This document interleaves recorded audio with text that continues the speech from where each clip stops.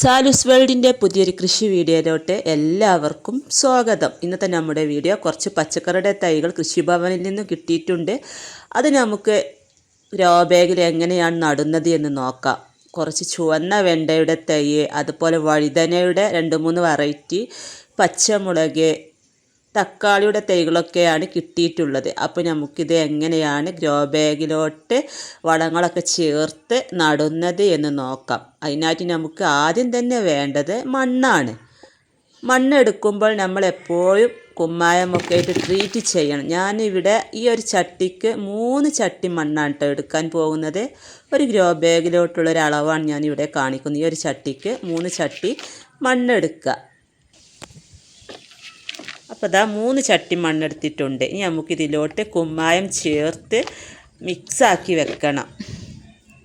നമ്മൾ ഏതൊരു പച്ചക്കറി തൈകൾ നടുകയാണെങ്കിലും കുമ്മായം ഇട്ട് ട്രീറ്റ് ചെയ്തതിന് ശേഷം മാത്രമേ നമ്മൾ അതിലോട്ട് വളങ്ങളൊക്കെ ചേർത്ത് തൈകൾ നട്ടുകൊടുക്കാൻ പാടുള്ളൂ. അപ്പോൾ അതാ ഞാനിവിടെ കുമ്മായം എടുത്ത് വെച്ചിട്ടുണ്ട്. ഇത് നമുക്ക് വളങ്ങളൊക്കെ വിൽക്കുന്ന കടകളിൽ വാങ്ങിക്കാൻ കിട്ടും, കൃഷിഭവനിൽ നിന്നും വാങ്ങിക്കാൻ കിട്ടും. ഒരു ഗ്രോ ബാഗിലോട്ട് 1 പിടി എന്നൊരളവിൽ കുമ്മായം ചേർത്ത് കൊടുക്കുക.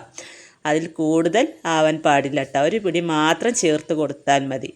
എന്നിട്ട് ഈ കുമ്മായവും ഈ മണ്ണും നല്ല പോലെ ഒന്ന് മിക്സ് ആക്കണം.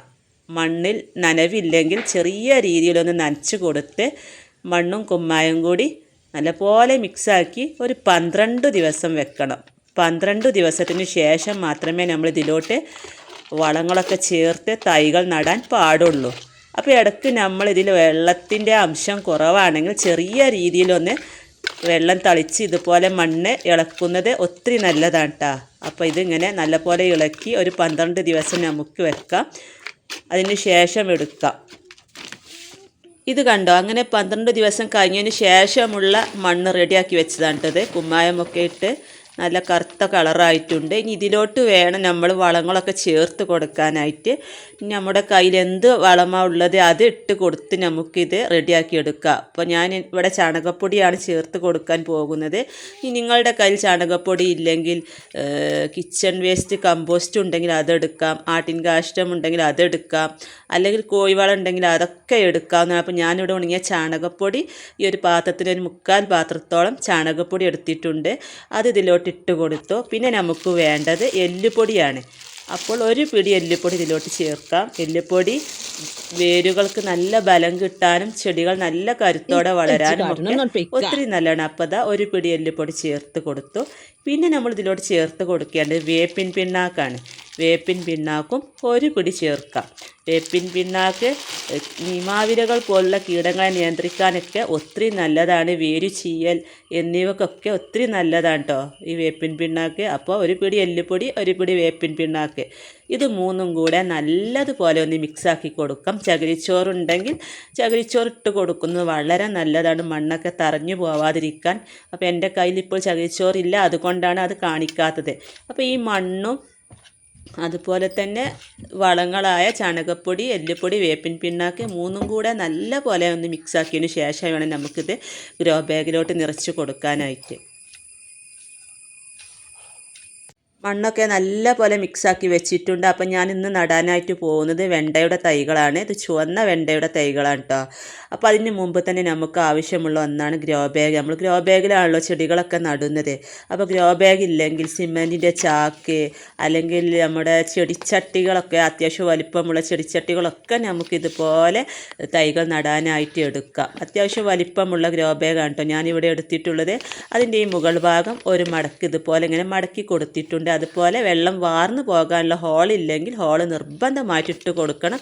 അല്ലെങ്കിൽ വെള്ളം കെട്ടിക്കിടന്ന് നമ്മുടെ ചെടിയൊക്കെ നശിച്ചു പോകും. അപ്പോൾ അത് പ്രത്യേകം ശ്രദ്ധിക്കുക. ഇത് ഞാൻ ഒരു വട്ടം കൃഷി ചെയ്ത ഗ്രോ ബാഗാണ്. അപ്പോൾ അതിലോട്ട് തന്നെയാണ് വീണ്ടും നിറച്ച് മണ്ണിട്ട് കൊടുക്കാൻ പോകുന്നത്. അപ്പം നിങ്ങളുടെ കയ്യിൽ ഉണങ്ങിയ കരിയിലകൾ, പച്ചപ്പുല്ലൊക്കെ ഉണ്ടെങ്കിൽ ആദ്യം ഒരു ലെയറൊക്കെ നിറച്ച് കൊടുത്തതിന് ശേഷം അതിൻ്റെ മുകളിലോട്ട് നമ്മൾ റെഡിയാക്കി വെച്ച പൊട്ടി മിക്സ് ഇട്ട് കൊടുക്കുക. ഇല്ലെങ്കിൽ കുഴപ്പമില്ല കേട്ടോ, നേരിട്ട് തന്നെ നമുക്ക് മണ്ണിട്ട് കൊടുത്ത് അതിൽ തൈകൾ നടാം. ഞാനിവിടെ കൂടുതൽ ഉണങ്ങിയ കരിയിലൊക്കെ വെച്ചാണ് ഗ്രോ ബാഗ് നിറക്കാറ്. ഇപ്പം നല്ല മഴ ആയതുകൊണ്ട് തന്നെ നമ്മുടെ ഇലകളൊന്നും കിട്ടാറില്ല കേട്ടോ. അപ്പോൾ അതാ ഞാൻ അപ്പോൾ കുറച്ച് പുല്ലൊക്കെ പറിച്ച് വെച്ചിരുന്നു, അതാണ് ഇതിലോട്ട് ആദ്യം തന്നെ ഇട്ട് കൊടുത്ത് അതിൻ്റെ മുകളിലോട്ട് നമ്മൾ റെഡിയാക്കി വെച്ച പൊട്ടി മിക്സും കൂടെ ഇട്ട് കൊടുക്കുക. അപ്പോൾ ഞാൻ ഈ ഒരു രീതിയിലൊക്കെയാണ് ഇവിടെ കൂടുതലും കൃഷി ചെയ്യാറ്. എനിക്ക് നല്ല രീതിയിൽ അതിൽ നിന്ന് വിളവും കിട്ടാറുണ്ട്. അപ്പോൾ നമ്മൾ എപ്പോഴും ഗ്രോ ബാഗ് നിറക്കുമ്പോൾ പ്രത്യേകം ശ്രദ്ധിക്കേണ്ടത് ഗ്രോ ബാഗ് നിറയുന്ന രീതിയിൽ പൊട്ടി മിക്സ് നിറച്ച് കൊടുക്കരുത്. അതായത് ഒരു അര ഭാഗത്തോളം നിറച്ച് കൊടുത്താൽ മതി. അങ്ങനെ ചെയ്താലുള്ളൊരു ഗുണം എന്താണെന്ന് വെച്ചാൽ നമ്മൾ ചെടിയൊക്കെ നട്ടതിന് ശേഷം ചെടി വളർന്നു വരുന്നതിനനുസരിച്ച് നമുക്ക് വീണ്ടും വളവും മണ്ണും ഇട്ട് കൊടുക്കാനുള്ളതാണ്. അപ്പോൾ നമുക്ക് ഇത്രയും നിറച്ച് കൊടുത്ത് തൈകൾ നട്ട് കൊടുത്താൽ മതി. മുക്കാൽ ഭാഗം ഒരു ഗ്രോ ബാഗ് നിറയുന്ന രീതിയിൽ ഒരിക്കലും മണ്ണ് നിറയ്ക്കേണ്ട. അപ്പോൾ ഇനി ഇതിലോട്ട് നമുക്ക് വെണ്ടയുടെ തൈകൾ നട്ട് കൊടുക്കാം. ഞാൻ പല ഓഫാക്കി. അപ്പോൾ വെണ്ടയുടെ തൈകളൊക്കെ നടുമ്പോൾ അത്യാവശ്യം നല്ല താഴ്ത്തി തന്നെ നടാനായി ശ്രമിക്കുക. എന്നാൽ നല്ല രീതിയിൽ തന്നെ അത് മണ്ണിലോട്ടൊക്കെ പിടിച്ച് നല്ല കരുത്തോടെ തന്നെ വളർന്നു വരും. നമ്മൾ ഏതൊരു തൈകൾ നട്ട് കൊടുത്തതിന് ശേഷം ഒരു തണലുള്ള ഭാഗത്തോട്ട് അതിനെ വെക്കുക. വേരൊക്കെ ഒന്ന് ഈ മണ്ണിലോട്ട് പിടിച്ച് അതിന് ശേഷം നല്ല വെയിൽ കിട്ടുന്ന ഭാഗത്തോട്ട് മാറ്റി വെച്ചാൽ മതി. അപ്പോൾ അതാ ഇത്രയും തൈകൾ ഞാൻ ഇന്ന് നട്ട് കൊടുത്തു. ഇനി നമുക്ക് നനച്ച് കൊടുക്കാം. ഞാൻ സ്യൂഡോമോണസ് ലായനിയാണ് ഒഴിച്ച് കൊടുക്കുന്നത്. വാട്ടരോഗം വേരിച്ചിലൊന്നും ഇല്ലാതിരിക്കാൻ ഒത്തിരി നല്ലതാണ് ഈ സ്യൂഡോമോണസ് ലായനി ഇങ്ങനെ ഒഴിച്ച് കൊടുക്കുന്നത്. അപ്പോൾ ഇതിൻ്റെ വീഡിയോ ഒക്കെ ഞാൻ മുമ്പ് ചെയ്തിരുന്നു. കാണാത്തവരുണ്ടെങ്കിൽ അതൊക്കെ ഒന്ന് കണ്ട് നോക്കുക. ഇന്നത്തെ വീഡിയോ ഇഷ്ടമായ ലൈക്ക് ചെയ്യാനും ഷെയർ ചെയ്യാനും കമൻറ്റ് ചെയ്യാനും മറക്കരുത്. അടുത്ത പുതിയൊരു വീഡിയോ ആയിട്ട് വരുന്നത് വരെ വീണ്ടും കാണാം.